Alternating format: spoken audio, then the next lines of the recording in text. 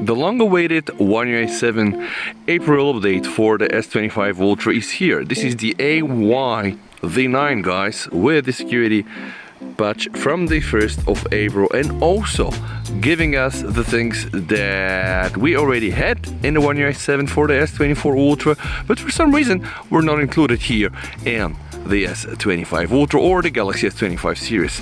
Now, something important, people are saying around the internet that this is supposed to be the final One UI 7 stable, which is a bit weird since we got a phone almost like 2 months ago, and it seems that it was a beta all the way. And at some point, guys, I'm just giving you a bit of a history, at some point the Galaxy S24 Ultra with the One UI 7 beta got some things like the new battery icon and also the charging animation, but also the media player integrated into the now bar, which were not included here. And this was a bit weird since, yeah, this was actually the phone to be released with One UI 7. Now, first things first, I can now confirm that the media player absolutely works inside the now bar and it's beautiful. And in this video, guys, I'm going to do a re-review of the One UI 7 for the S25 Ultra, also the performance, Geekbench and the 3D Mark. I'm also going to check the interface, how fluid or not fluid this whole thing is, and I really hope that you will enjoy this video. And if that's the case, guys, you can just go and watch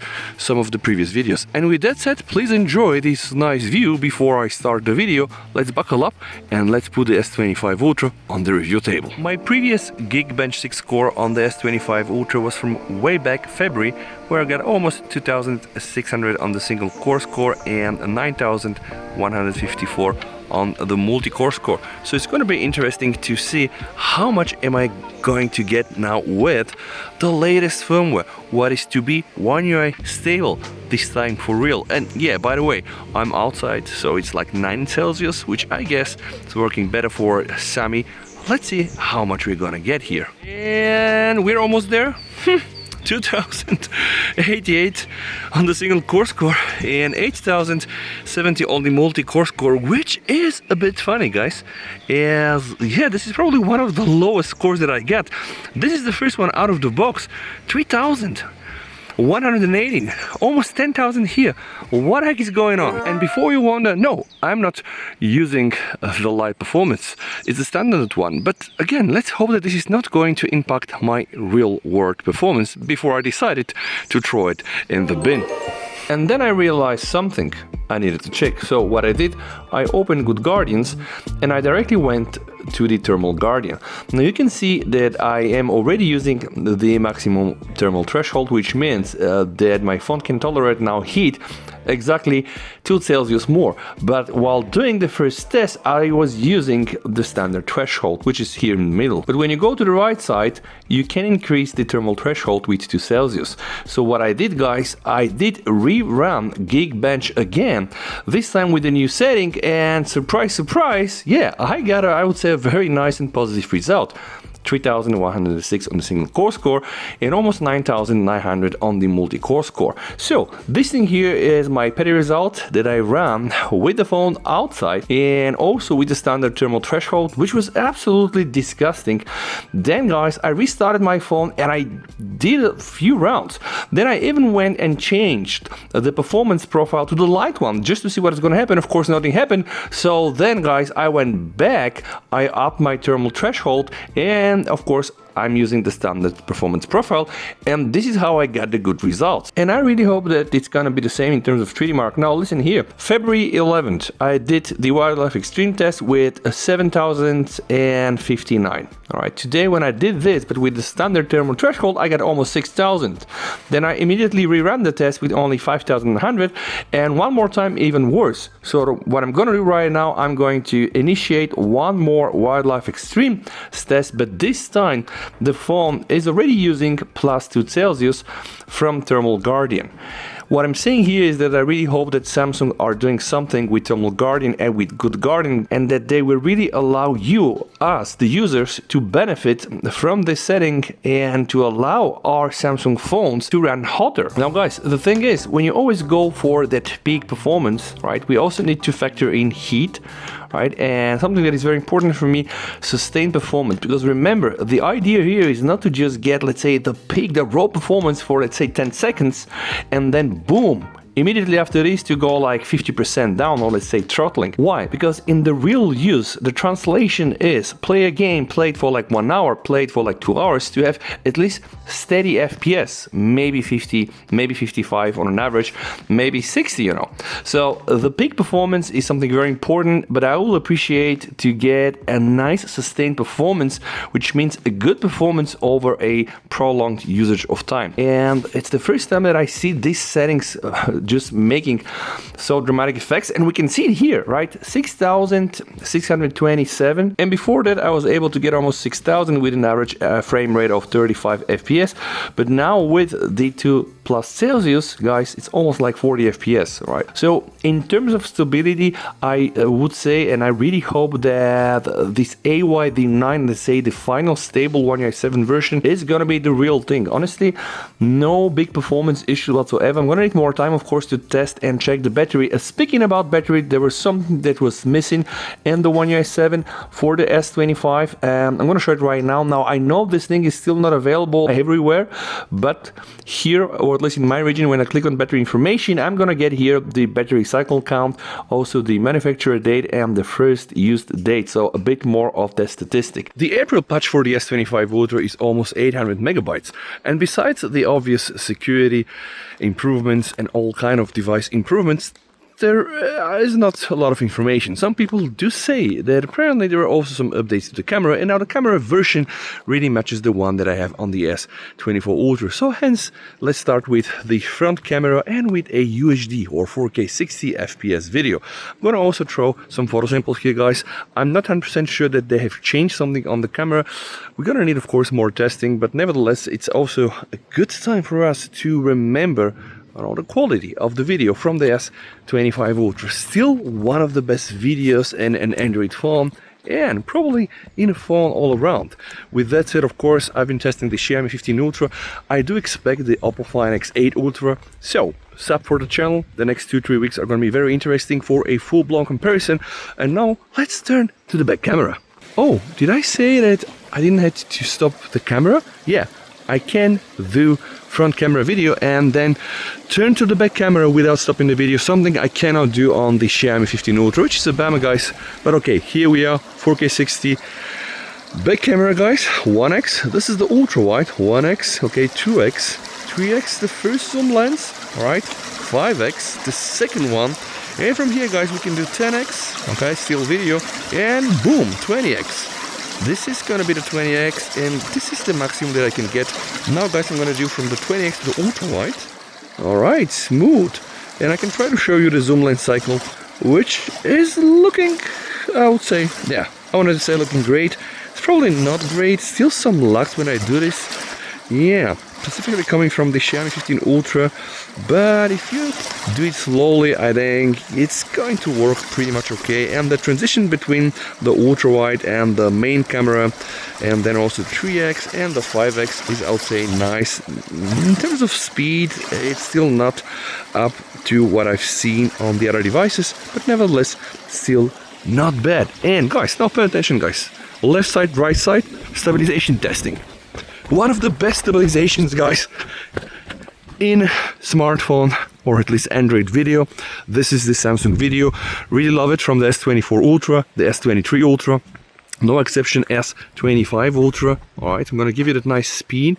It's important to check the video, right? Is it jittery? Do we have some cuts? Is it really smooth? What about the autofocus, guys? Let's try to go here. All right, is it fast enough? Let's focus. All right, you can see. It's not that bad at all. And now it's time for some photo samples before I really start digging deep in the One UI 7 AYD9 update.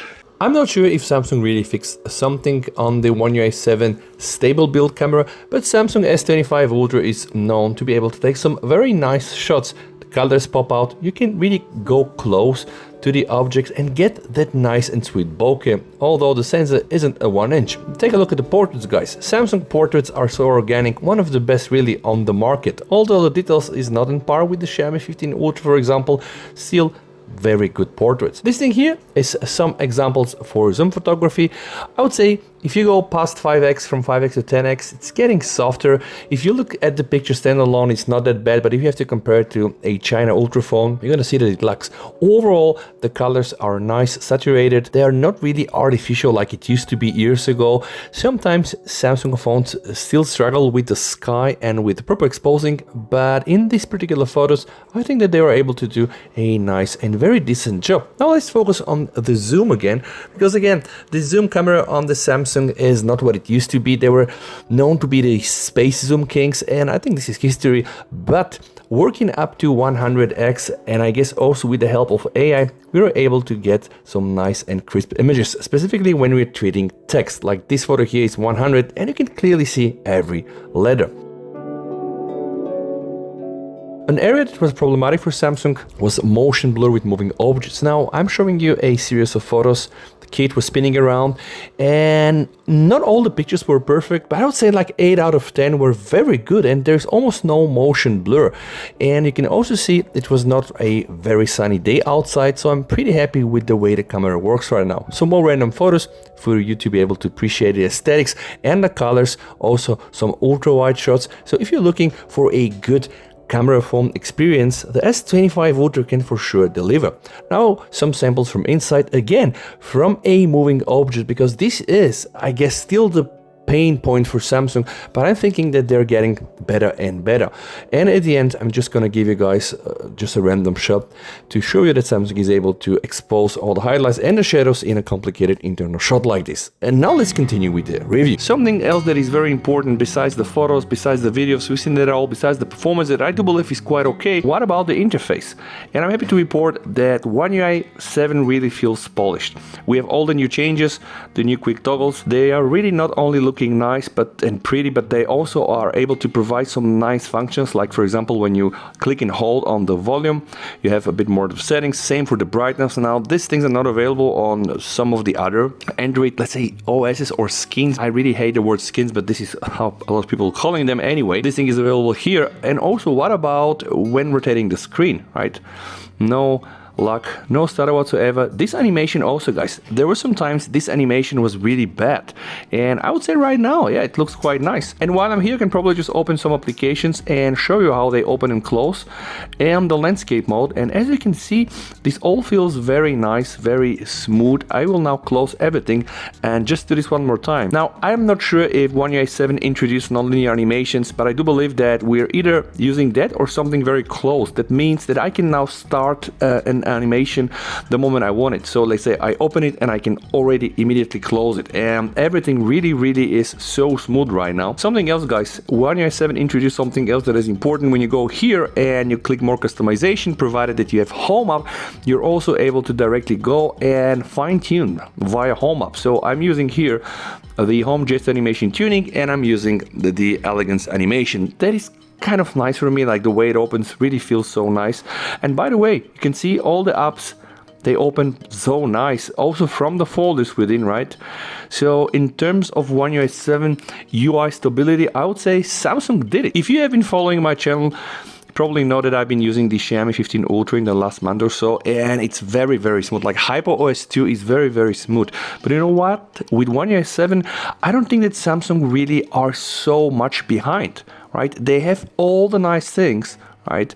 And all these nice things, they exist in HyperOS and many of the other Chinese ROMs as well. But here we have those things since quite a long time, all right? And I can just show you can open an application, you can hold it here, you can just put it as a pop-up window, you can minimize that, right? Then you can open another one, you can try to break this out and this time use it as a split screen window, and you can open this with any of the apps or most of the apps. Of course, you can also change the direction. Right now I'm inside Telegram and I can just swipe with my two fingers and boom, immediately really just go for a split screen, or do something like this and then minimize it. So I would say One UI really is one of the best Android OS experience right now, and probably even one of the best OS experience in any smartphone, just because there's so many customizations in the face of Good Lock. And not to say Good Lock is now rolled out globally, there is still the thing that a lot of the modules, when you try to open them, you get a message, oh, you know, like there is an error and yeah, you know, I'm having a problem to start the model. But nevertheless, you know, you have those things. You can sideload them via APKs, or you can download them via NiceLog or FineLog, and they will really work. And I really like the redesigned GoodLog because it really shows you which one of the modules you have in use, and you can start, stop it. And Home Up is one of the best models out there, but together with GoodLog, I think that One UI 7 is just showing off some raw power. Now, some of the new things that made its way in the One UI 7 AYD9, I talked about the battery, and now it's time to also show you the charging animation. Alright, let's check that charging animation. Yep, still the same. Alright, so when I'm on the lock screen, we're pretty much getting the old animation. But what is even more important is that we finally have the new charging animation here in the taskbar. Alright, so new battery icon, new charging animation, and it worked pretty nice. But guys, believe it or not, one of the best things for me was really the inclusion of the media player in the navbar. So let's say now I'm listening to music, right? I do believe that Samsung, they do have one of the best players incorporated into quick settings. So in the quick settings, I have my player. I can also go inside the lock screen. I'm gonna get my player. It's gonna be here in navbar. Very beautiful animation, by the way. And finally, when you minimize it, guys, it's gonna be here. And this thing is so useful. Now, a lot of people will say, hey, you know, like, why do you think it's useful? And I can totally tell you guys, you can start, let's say, a clock. It's gonna appear here, right? But you can always just juggle them. And the good thing is, by the way, the clock will also work on the always on display and also on your lock screen, and you can juggle the navbar from here. So it's very good that we finally got here the media player in the navbar. And if you want to get more settings, guys, you just go inside the settings, you go into navbar, all right, and inside we're gonna see here we have the media player. So media player now will support the live notifications, and previously this was not the case. So the media player just was not working like this.